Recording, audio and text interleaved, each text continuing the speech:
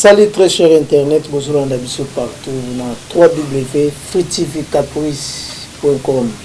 Émission to solo la yango ezali conçu par Irano Kiala pe na bandeko bokomona bango tout de suite là to vanda ki to lobité eloko ni to ko sala pour na mboko na biso Congo et se développer parce que en tant que patriote ya mboka, en tant que nationaliste, il faut qu'on puisse impliquer le chef de l'État pour babengi son excellence Félix Tshisekedi, autrement dit béton. Mokonzi mboka pesaki manola na yeke moto nyonso azali na droit de comporter un pierre na ye na kati ya mboka ko bakisa lisusu na oyo bandeko bazali nango besoin. Donc tolobaki émission lokola to solo la yango ekoyede bandeko na koyeba ba actualité zoleka na mboka ko pusa makanisi liboso eloko ni to ko sala na oyo ezali malamu pe ko corriger mabe oyo ko ya na kati ya mboka na biso. Na kati émission to solo la yango to ko zola limiter kaka na domaine moko te. Pour peut-être bandeko bile ba komituna émission to solo la yango les émissions politiques, les émissions de sport, les émissions de musique, les émissions nini.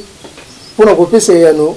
émissions tout solo la yango, les émissions sans frontières,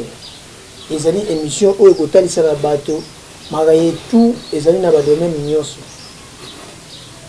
Sans plus tarder na koyamba ba ndekulanga tozali na bango na plateau. Ndenge na yebisa ki bino ki to kodeta lisolo. Surtout beaucoup plus d'actualité où s'est passé la kati ya mboka na biso Congo et puis libanda ya mboka na biso Congo. Actualité où bandeko nyonso bayebi ezala libanda ezala na kati ya mboka na biso Congo ezali où babengi viol où il y a pasteur Moïse Mbiye nande ko mwasi Eliane na sibi mo wele actualité nyonso ndenge s'est passé na obiso to éviter to découvrir ensemble na bino elongo ndeko Sami bonjour. Ouais, bonjour papa. Eza plaisir ko yamba on émission na biso liboso ou babengi to solo la yango ezali émission oyo bandeko bazali dispo ya kolanda biso chaque fois to uzala awa pona rendez-vous ya kopesa bango eloko bango baza koluka. Lelo tosobeta lisolo ya actualité zoleka na mboka na biso ya pasteur Moïse Mbiye ou azali pasteur église Cité Bethel et puis na ndeko mwasi Eliane ou azali comme collaboratrice na ye. Alors makambo ngoyo yango nana ndenge nini comme information. OK, premièrement je me présente d'abord nga babenga ngai Sami Sax Motopamba. Donc Sami Sax Motopamba. Mambote na bino tout bateau bozolanda biso partout dans le monde. Je pense que marambo oyo ezo sala moi mbilinga ezo sala biso vraiment passé ya koyoka ya komona makambo nezo circuler sur les réseaux sociaux ya pasteur Mbiye bani donc ezo sala vraiment bien te. Et tant que mosali ya Nzambe eza vraiment condamnable pour ba milimo ebele ezobunga nzela. Surtout landi bien na ba église lelo actuellement et comment ba sœur trop ba comment ba fan ya ba pasteur et puis mutu mususu akotala tali ba sepelaka na pasteur wana ndenga zala façon d'être na ye au mona lobby kuna et attirer aya na église mais sikoyo ba acte ya boye ezo salama be mingi pona ezo longola batu nzela ya Nzambe surtout mingi ba victime eza ba mère na biso ba sœur na biso bazo tomber vraiment ba victime na ndenge ya mukete parce que surtout que les sous na sima moi si aza motu moko boye oyo tokoki ko ça ba blague. Donc surtout tel na moi si tout le monde a production hein? Donc moi sinde asalaki biso lelo oyo ngape nabenga masami sax na mona na pe na miso batu eza mwasi. Alors tout ça ça va basi ba jewana te ya ko lukaka ou publier ba mitakala ba nini et ça vraiment propreté. Donc to baye ba mitakala ya bana basi na bana mibali to baye yango ezo sala vraiment propreté. Mais merci beaucoup to baye yango bien sûr. To sali pe ndeko soni ndenge ndeko sama yuto le ba to baye ba mitakala ba ndeko basi pe mibali to chara basi te quoi parce que ba vidéo ya moni ezo tambola lelo yo tozomona ba ndeko mibali pe bazo sala ba vidéo oto kotanga ba kombo te mais tozomona ba ndeko mibali pe bazo sala vidéo na bango omona bimisi nzoto na ki mobala la kisi na bango mwasi oh non chérie voici ce qui peut na ngai boye na boye ndeko soni lo bini na ndikambo ekomi Pasteur Moïse Zimbi et puis ndeko mwasi Eliane. Ouais, merci ndeko Irano. Na pesi ba mbote belé na bato yo o bazota la biso na o bazota ya tala biso na site na biso oyo et puis Free TV Caprice. Free TV Caprice, ouais. Et puis so za Sony Love na bino o boyebi. Donc eloko ça na moi pas si eloko et dérangera biso surtout et puis surtout ngai congolais to l'humanité vraiment bolingozate entre biso ba congolais na lobango toujours to lingaka kozwaka peut-être faiblesse à moninga to passe à moninga tout comme ça en fait tout comme ça on le monte oyo tout comme ça on chantage tout comme ça on boye non moi ba rambo zo le ka oyo biso to mona ki to yoka ki mais ngai personnellement jusque là nazo lingate ko arriver à ko tirer ba conclusion na rambo oyo ya faire ya pasteur na sœur na biso Eliane nazo lingo tirer ba conclusion te po local là déjà bakena na justice local là déjà bamarambo lobami et puis to bosana te komunoko koloba eza makambo susu mais ba preuve peza makambo susu ngai nazara mutu oyo nalingaka namona ba preuve namona makambo eza ke nozo la likambo eza boye donc nga vraiment maloba te nde na koyi ko tirer ba conclusion ya makambo soni na kokato maloba te so luka ba preuve. Je crois bien yopo ozali moto okotaka déjà na réseaux sociaux. Actualité o ezobeta malelo yo ezali susu ya kobomba te parce que tomoni ba vidéo tomoni ba photo tomoni donc oh non tomona te. Alors soko luka preuve je ne sais pas soko luka preuve ni susu parce que tomoni ba vidéo même o bazotanga ke paraît-il que pasteur Moïse Zimbi et puis la sœur aussi il passe à la vidéo na ye biso tozo courant na yango. Alors comment la justice na éviter preuve ni sur yozo ndeko Irano tous ala ba intellectuel tous ala batu ngana moni place moko te tout moni vidéo oyo pasteur Moïse Aza ensemble na sœur Eliane na la sœur que bazo sala lo mo boyo tamsha mabe ngana moni onte na éviter so bino boana ngombe ngana moni onte comment la vidéo séparée oh moni asali boy ouais c'est normal yo ko za la vidéo na yo mo sala dans téléphone na yo comprendre film mo boy po vivre ne pas la vidéo mo boy eza nango mais la tete que le vidéo ebimi et la que o ya banati de la intel o pas banati de la intel non tout ça là ba analyse mo boy tout évoluer na makanisi na biso tu vois donc ngai soki na mona vidéo que to moni boy yango yo ba mi balé ba osala makambo bo ba bêtise mo boy à ce moment là na minute na condamné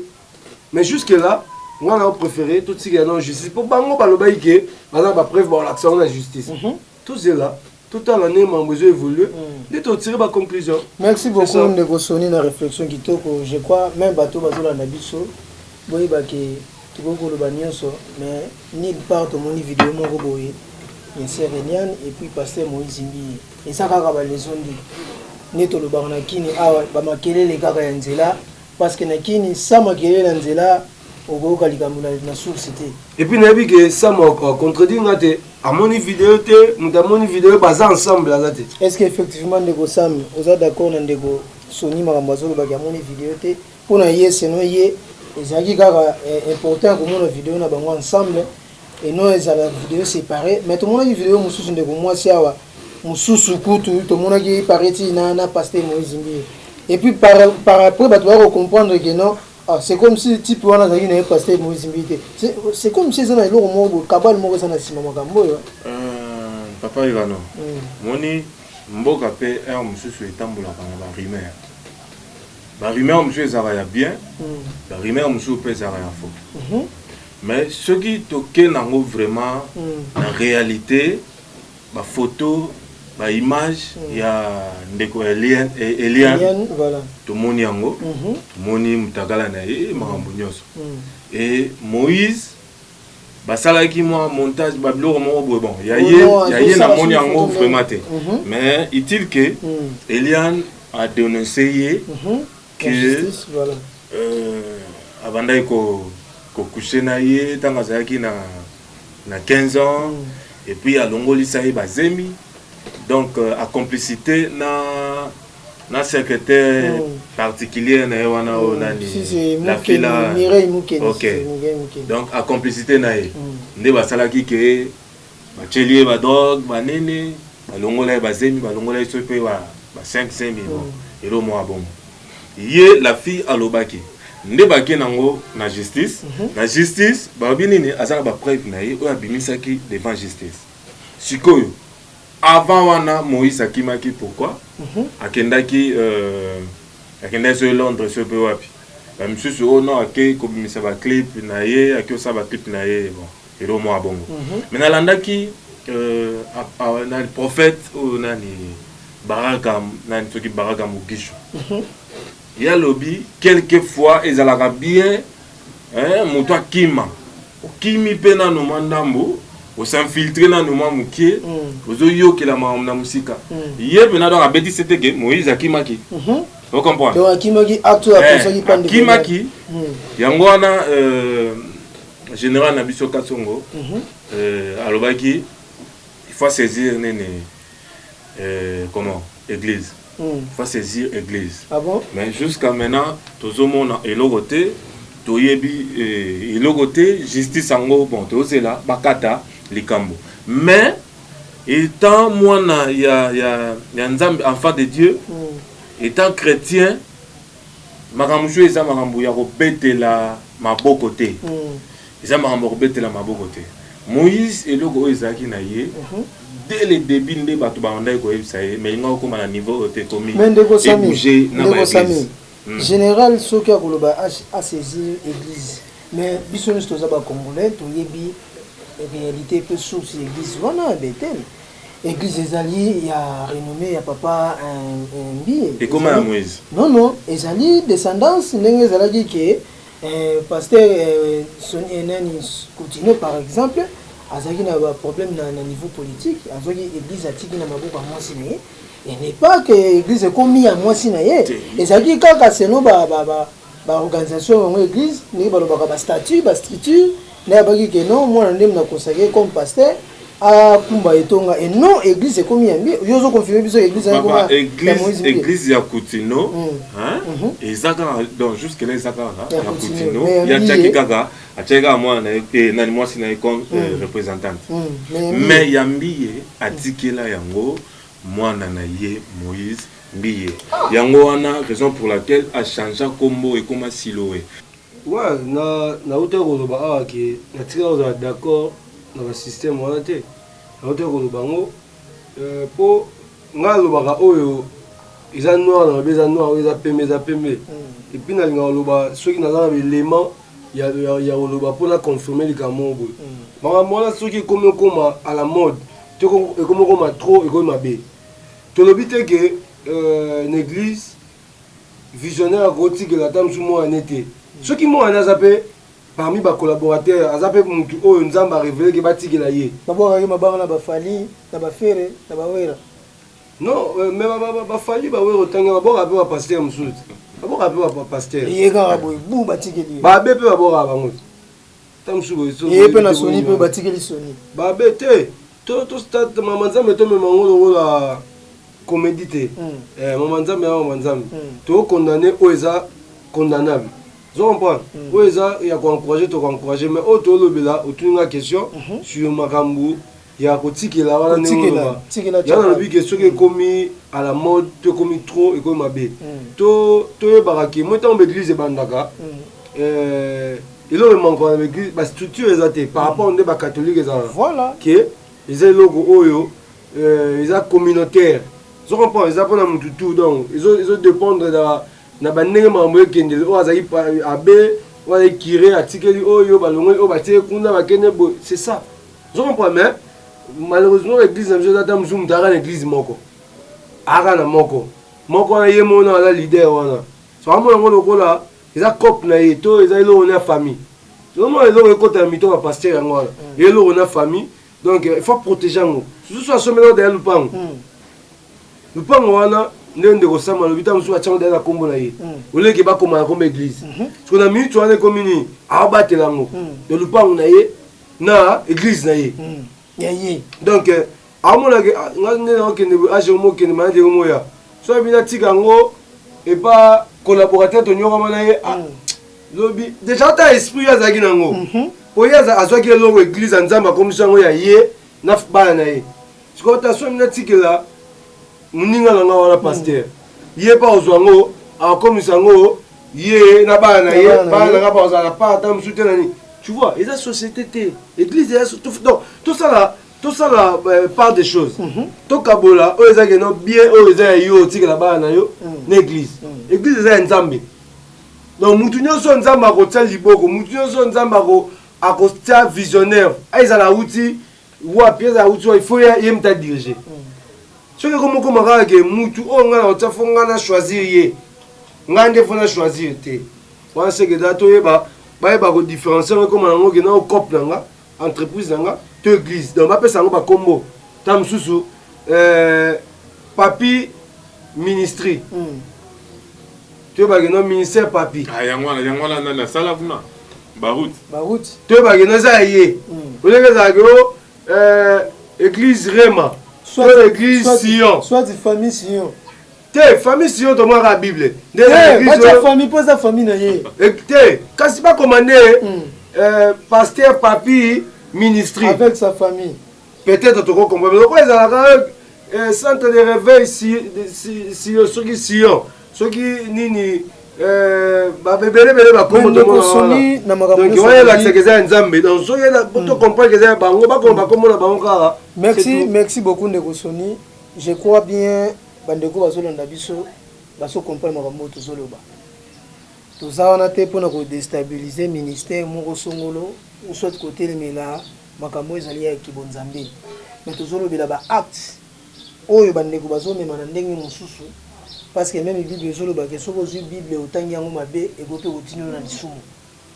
lokola bango bazozwa bible bazokomisa yango bien privé na bango oyo wana kozala na droit kotanga bible te yango ozombena bango bazokende yango comme na héritage moko soit bakokende yango na badescendance wana na mikolo koya tokomona Moïse Mbiye Neema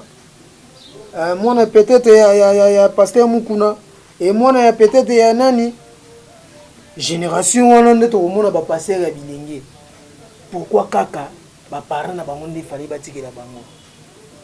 wana esa kotinda biso totika ba église de réveil ou pas bandeko belo mituna bino na Kinshasa kuna bolelaka pasi biso a totindaka mbongo mais l'église on bokenda kesela bino nini église tokenda créer biso bana na bango na sima pour dire que ce qui est en que vocation en Zambie ezaki ya solo il faut que songer na muto aza na vocation et non kozana ono eza ya mwana ne akotike na mwana non eza ba acte oyo bandeko balobi eza malamu te en tout cas bandeko bazozwa ngonde ngwana oyo za pasteur ozola nanga soki yo po raisonnera que église nanga ndenge eza bo eza couple na ngai na famille nanga nzamba kotola bino il y aura un jour nzamba kotuna yo natindaki yo na mokili osalela ngai eloko nini otikaki na nsima kotikela nga bana te me kotika nde bato oyo baza solide na liloba nzambe tozodeveloppe malemi na émission na biso nazorapele bino tozali toujours na 3W Free TV Caprice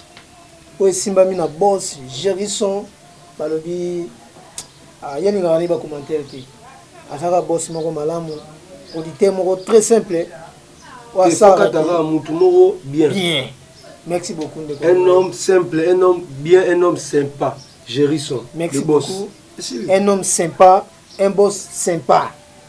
Point na suka. Ko bakse lo côté. Ndeko Sami. Tozongli dossier à Moïse Mbiye na mama Iliane. Balobi lelo boye famille ya mama Iliane baza déterminé ko mema Moïse Mbiye musika. Mais koza déterminé ko mema mutu musika, il faut boza na ba preuve. Ba preuve eza ba vidéo ya mutu ngambo na mutu ngambo te ya Kongo ngambo na Kongo Kinshasa te. Eza makama Kongo boza vina Kongo Kinshasa te. Eza likambo, même ba preuve tangible. Selon ndenge tozoyoka dossier yango comme le niveau nini selon yo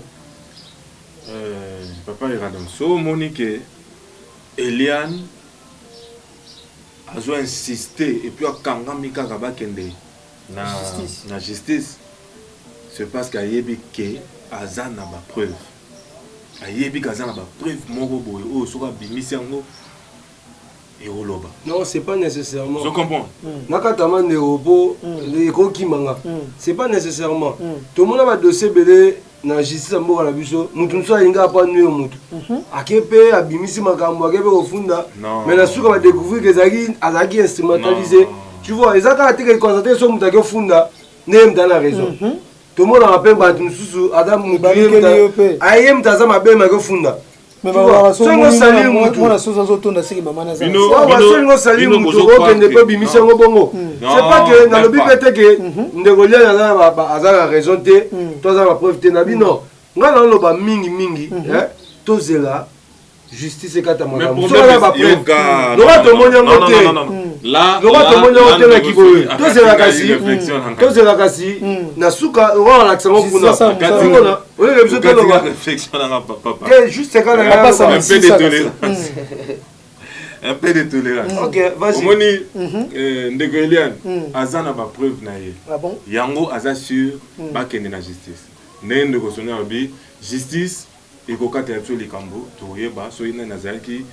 fautif so ina nazaraki boy. Mais jusque là oyo biso tozolo bela mingi auto ça la analyse ezaka wake ndeko Moïse nenga zawana nga débat banda makamna ye église ya koyemba d'abord na bandeli abandaka moi bien na nzembo asalaka liboso na bosa nyango so ye na komela se rappeler wanzaki na moi bo abandaka moi bien metaka yo kota tona makamna ye wana donc ya osala ke il faut perdre ndeko Sami na kati mo lobate tozaka clair ne mission na biso to solo na moto zaka clair na bangage makambo nini kokota makambo ya pastoral ou makambo ya kisi ou comment kokota na makambo ya ba fétiche kokota na makambo ya fétiche. Ah bon? Et puis deuxièmement baza ba frère mo boy baza sérieux. Ah bon? Bah sérieux. Oza ba preuve. Baza sérieux. Nation na zana ba preuve c'est trop dire. Na zana batu. Nana batu oyo un jour ce que olinga na yena bango et puis ceux qui ba ozalaka sans fin ba oloba makambo mona binake nani ba ozalaka abana ko bima na petite sœur na yemo boye abana ko sala boye bana sa na 20 wana. C'est que c'est goinda. Na 20 wana na zana ba massa ebele. Ah bon? Na écrit référence club moro référence namoni ba dodi namoni ba maître toro ba tigre ba yebi makambo nga na oloba Moïse ta ba di makambo na ye nga na tigala o mona ye un bon thé na tigala o mona un bon thé. Ah bon? Ouais na loba ngo pa ba tunyoso ba ser tellement ba ser bango bazana bango ba fan ba lingaka likambo ko na suka pour ba lamuka daddy je comprends. Natika la mona bien té. C'est un faux. Ndenge Bible yo baka, ndenge ba tumusu ba lo ba ne touchez pas mais ouais boy. Oh non, to condamné té banini. Oui, ne ba tumusu ba lo ba condamné té. Mais nga na yebisa yo ba ouais pena surtout que na 100% peut-être ba 8% mo boy ndé ba ko zala vraiment ba ouais. Oyo mona ke lelo azan ndako na ye basali mo groupe de prière na bango bazo sambela wana nanu peut-être babandi na ko sambela ya solo mais so ba komi kaka moi likolo tala exemple hein papa Irano exemple Moïse ne azana sert moko boye kaka azala na eloko te na rien pena na rien avant da côté kuna ya nini ya kimbanse kuna na kati abeli grave aime surtout dans le protocole abeli grave aime surtout dans la poste ya pasteur na ye ayo rendre visite aoya te ah bon tout marché ba monter aoya te la villa aoya oui aoya pour ebi que profit ezali après ce qui a dit ko sambela moi 1000 moi 2000 atie na poche. Merci beaucoup papa nanga Sami. Ah makambo ça passe bandeko y a pas beaucoup à commenter. Émission Oyo, eza sans polémique. Eza émission moko Oyo zo pesa biso information et puis je vous dis c'est à vérifier. Tout ça a été pour nous n'importe quoi, mais toujours le marambo Oyo, ils ont tamula na ba rumeur, il y a ville à Kinshasa et puis partout dans le Congo. Ndeko Sony Love. Et ça n'ga passe. Koyoka ki oyo nga na respecta kanta ke pasteur mais aza pe na bakambo oyo bato mosusu bayebi na makambo ndeko Sami tukoloba okokoloba ndeti nini bon ndeko Sami ayebi mambo oloba ntango nga na oloba mpe ke naloba likambo oyo naa na bapreuve nango to naloba likambo oyo nayebi yango bien ye mpe peut-être c'est pareil ntango mosusu ayebi makambo oloba po kozwanga te longola na ye na plateau awa mpona défendre bapasteur to na défendre non ngai nazala clair comprendre moi je prie nabanga nzambe comprendre nabanga moto ya mokili te nazwa ntango na ngai nayebi ke faut to respecter tout ça il faut respecter 10 commandements toyebaki avolala okomisi nzambe osengi protection lamuki osambe tu vois yango wana eza important amour du prochain tout ça donc 10 commandements tu vois na ye ko défendre tes mains c'est plutôt que na lingara plus que se focaliser place oyo na yebi mo makambo ebele tu comprends naza ba pasteur tant na vendre na mo boye to solana mon pasteur que je salue John Ngela Fleuve Congo John Ngela Fleuve Congo retour à la parole il y a na Londres wana to solaka makambo ebele azala mpe so aye awa na accompagner ta mosusu na baculte tovandi tout ça apesi bambote napesi su pasteur na ngamona États-Unis pasteur Saint-Charles pasteur Saint-Charles donc nanga bapasteur vraiment donc nanga bapasteur donc soki mabe eza todénonsaka mais oyo ndeko Sami alobi nakoloba te ke akosa to non ntango abika aza na bato nga na contredire ndeni mpo nga nayebi te donc ils ont engagé ndeko Sami ayebi makambo oloba mais mabeka ande to kota na esprit ya condamnation trop te to condamner te ke mutu boya la bote sauf que toyebi babi mpe ezosama trop epa bandeko na biso bapasteur bafrère banini babi ezosama mpe mwa trop mais tosambelaka mpe mpo na bango eya ndenge moko mpe so na moi ndeko na irano na problème fo nasambela mpo na ye eza ndenge moko baza bacongolais lokola biso olie kaka ke tozala dur envers bango tokritika makasi topriaka mpe peut-être mpo na bango. Merci beaucoup ndeko Sony, mais quelque part komona pasteur ennemi koboya kobala elobelaka ngo ndeti nini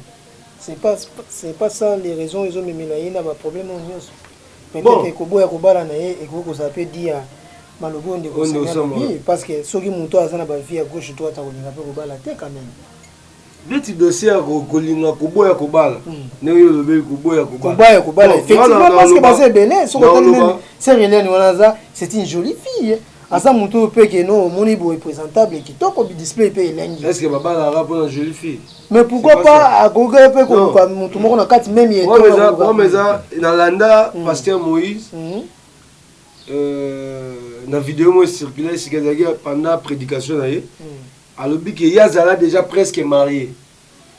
azala déjà presque marié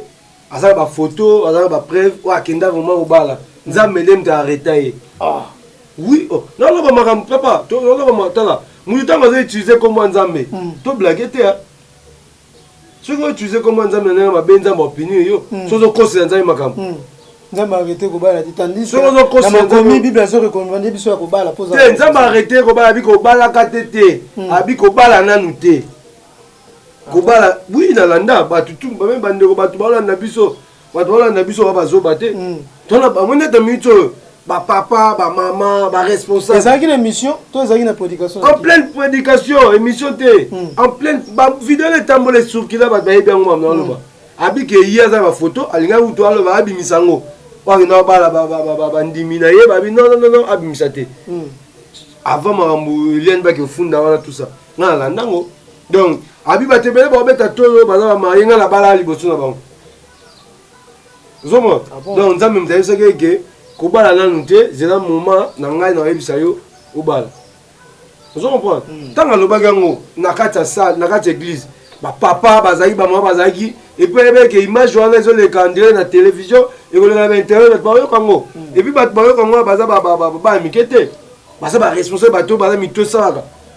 ozo comprendre de ton to ba ke boss Gérisson bon afandi ba je crois la vidéo là ba fait na soka ba Guibert Dibanza monument à Caroline du Nord Guibert Dibanza muto sala ba ona maman Geneviève ba mona ba biloko wana donc là c'est que alo ba na kombo nzambe elo ka muto alo ba neti chef de l'état nzambe muto mo leki na TV alo ba ke chef de l'état mtatindinga na lo ba boy ba ko to ba ko ete siko so akosi na comme chef de l'état oyimba ndone zani. Merci beaucoup ndeko Soni na nyoso lobi na biso na si bandeko bolandi pour comprendre que même si nous sommes pasteur au bengami mosali na nzambe mozaka na mai na makila oza moto lokola ngai yeba ndenge nini ko se protéger parce que tant au bengami mosali ya nzambe etamboli na yo maloba na yo nyonso kosala bato bakozala wana mpona kotia yango miso tozosenga kaka justice ya nzambe esala parce que même si justice ya mokili esali mpona dossier mais soki ya nzambe étranger nango te ekozala nango na efe te toyebi te nani aza na raison nani aza na tort jusque là tozobeta lisolo ya maloba ezolobama na bato na kati ya émission na biso ya lelo tozoconfirme te mais tozobeta lisolo ezolobama na minoko ya bato ndeko Sami pasteur aza moto akoki mpe koboya mpe kobala akoki mpe kobala na ntango oyo alingi selon ndeko Sami ndeko pardon Soni alobi mais quelque part tozongi moke nsima ndeko Eliani pourquoi pas alukaki kaka batraite likambo à l'amiable au lieu ya kokuma nango na bajustice au lieu ya kokende nango na baréseaux sociaux koluka quand même soki ezalaki mpe ya solo basala makambo yango il fallait bakende nango na ndenge moko ya propre au lieu kosali mosala nzambe quand même parce que kotala bandimi ebele charge au pasteur Moïse Mbi aza nango na kati etonga wana eza kobebisa réputation na ye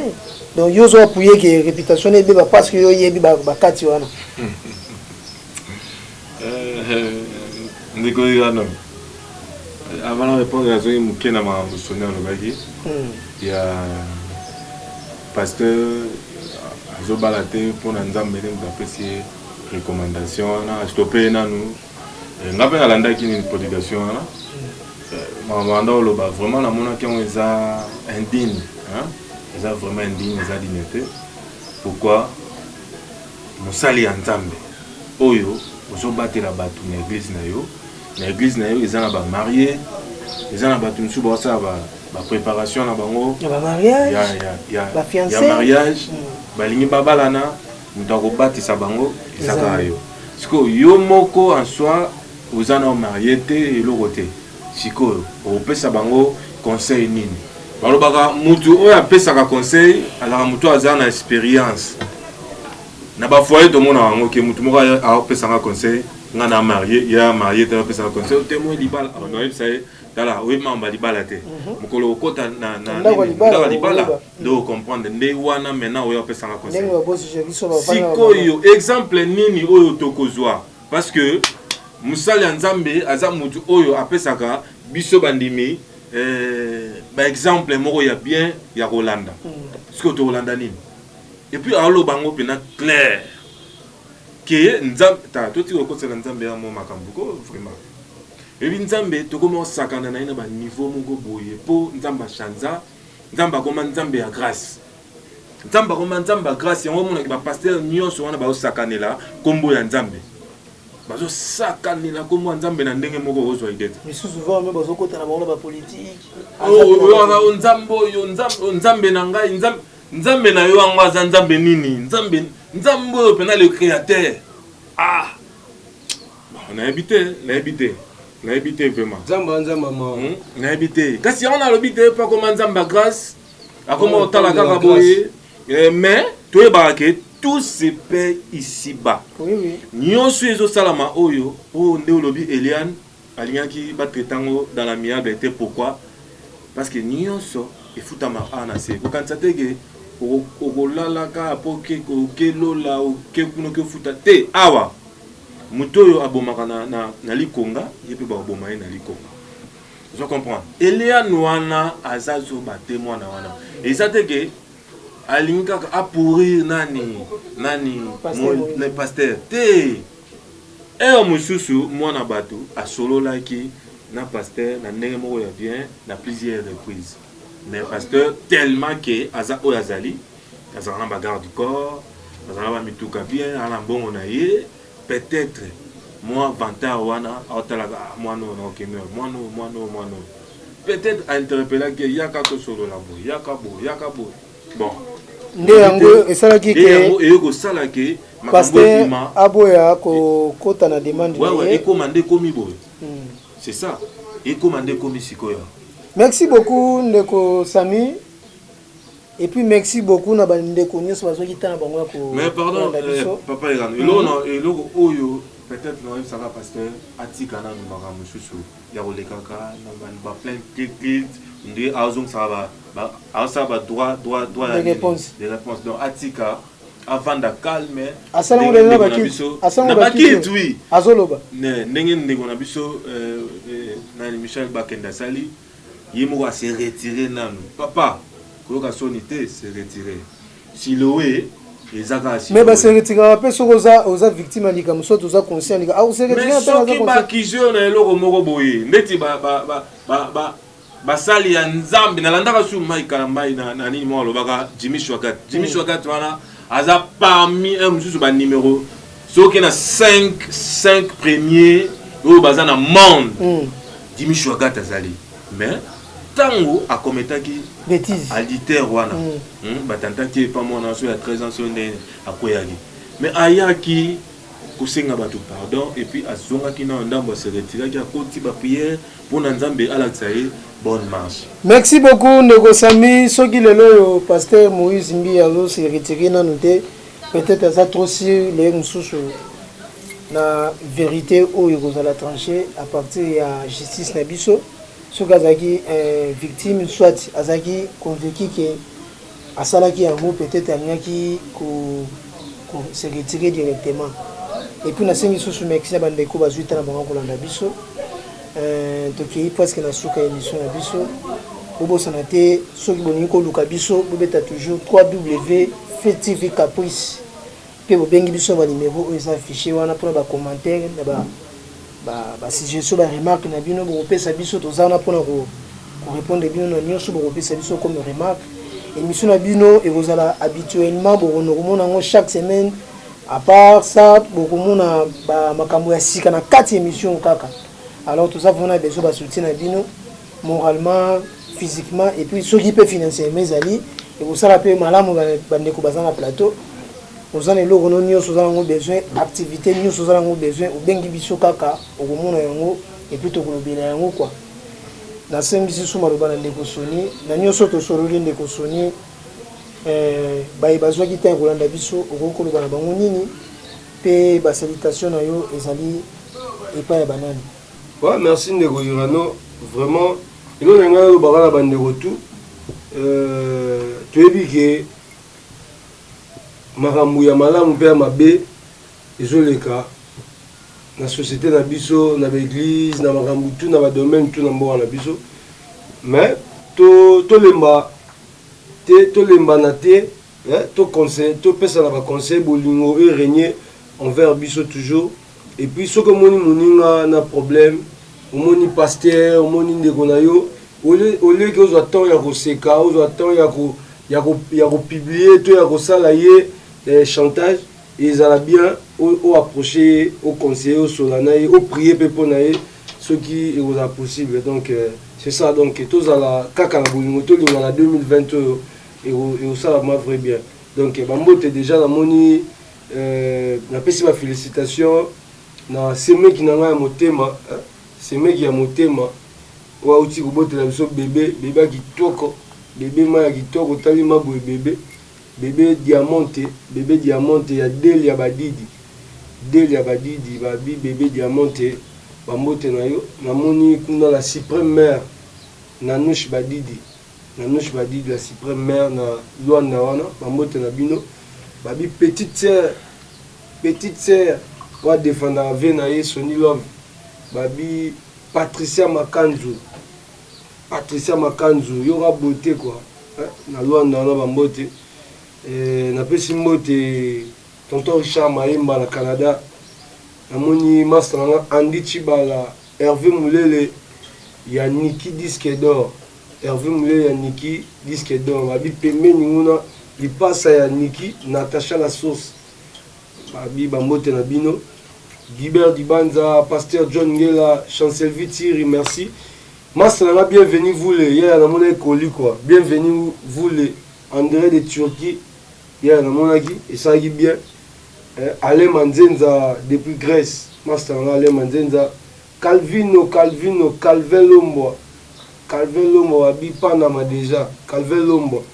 babi salaka nde tosalaka quoi donc balobi bamaster tout bavieux tout bato tout mizundaka naozelaka ndenge olobaki Yannick Moulele babi Patricia Timba l'italienne yo na obosano jamais Patricia Timba l'italienne yo ebika Galiano dans les sangs Linda Mopondi maman na Merciado bato tout oyo tozakazaka tosolaka bambote na bino quoi tous ensemble merci ndeko na Irano merci beaucoup Sony Love babi ndeko Irano muto so na boki ete mabe makasi mabe babi muto asali ke tovanda boto so boss Jerison na maman Noël Margina na maman Noël Margina maman Noël Margela maman vraiment merci beaucoup tu dis que monsieur Zoya makambo mosusu ya sika ezala makambo minene ezala bachampagne ezala po lelo mwa vino mwa nini mais bachampagne ozala quoi boss Jerison donc merci beaucoup babi toza toujours wana bosabone bele bokozala biosi te bomona makambo ya sika epuis bomona masolo ya sika bomona mpe masolo ya sika toyela bino merci beaucoup Sony Love na présence na yo et puis surtout na rendez-vous na biso ya lelo esali biso plaisir na bandeko nyonso bazotala biso partout boyende ezalaka tosali appel na bandeko bazabi te tokobunda eloko oyo eza mpona ekolo eza makambo ya kongo fo tolobela yango kwa oyo nyonso ezolobama tokotika yango elobama libanda te fo totalisa bino place makambo ezokende epuis conseil nini topesi na bandeko merci vraiment c'est gentil nasongi na ndeko na nga Sami mwa liloba na yo moko mpona bandeko balandi biso par rapport ya sujet tobetaki lelo ya ndeko Noé Zimbi epuis ndeko Eliane epuis conseil no eza nini epuis mwa bambote basalutation na bandeko nyonso bazolanda ye merci papa Irano nga na oloba kaka tozomeka kosala baanalyse oyo mpo bato nyonso vraiment bameka kofongola nano makanisi na bango efi bafongolaka misu na bango parce que trop c'est trop on en a vraiment marre donc nga kuna nazala moto basentiment te donc so il s'agit ke naloba boye nalobaka na nga mpo moto akende nga nil part e tovivaka kaka na se ya maboko ya Nzambe donc oyo mpe naleze bango bomeka kolimbisa oyo eza émission na bino donc bozalaka wana mpona kolanda émission na bino surtout bino nyonso bato bolandi vraiment napesi bino bambote ya trop basalamu ya trop on est ensemble babaka le silence c'est une arme qui ne trahit jamais donc tovandaka kaka tozogarde silence mais 2020 oyo nde ezobimisa sikoyo masolo na mposa 2020 eza deux fois te soki oyebi ke osalaka mabe tolekelaka awa tokolobelaka donc moto akotya mutu na kasho mpe aza te atotienga na kasho lelo lobi kuna na obima donc on est là bino tout basalamu ya to napesi mbote epai ya grand prêtre donc grand prêtre d'avant-posa basalamu na oyo yango wana namoni Job Khan l'argent fétiche na kati ya Toulouse donc basalam no yango wana napesi Lili Mboyo na kati ya Belgique lumière ya Belgique basalam no yango wana badidi Nanouche Badidi na kati ya Luanda na Angola, donc basalam na yo bino tout batu bolandi émission bobenga pona ba suggestion na bino ba remarque makambo belé, donc on est là na ndenga mukete, donc tozali basalam ya trop na boss Gérisson na maman na biso, donc basalam ya bino yango wana, donc vraiment merci beaucoup l'opportunité au PCBiso et à l'émission, quoi. Donc merci beaucoup. Merci beaucoup Ndeko Sami, merci beaucoup na rendez-vous ndenge au respecter yango ou l'axi vous m'a dit patriote en mboka balobi mona mboka sima mona mboka potoleka eloko oyo bandeko na ngai eza ya bino tovandaka awa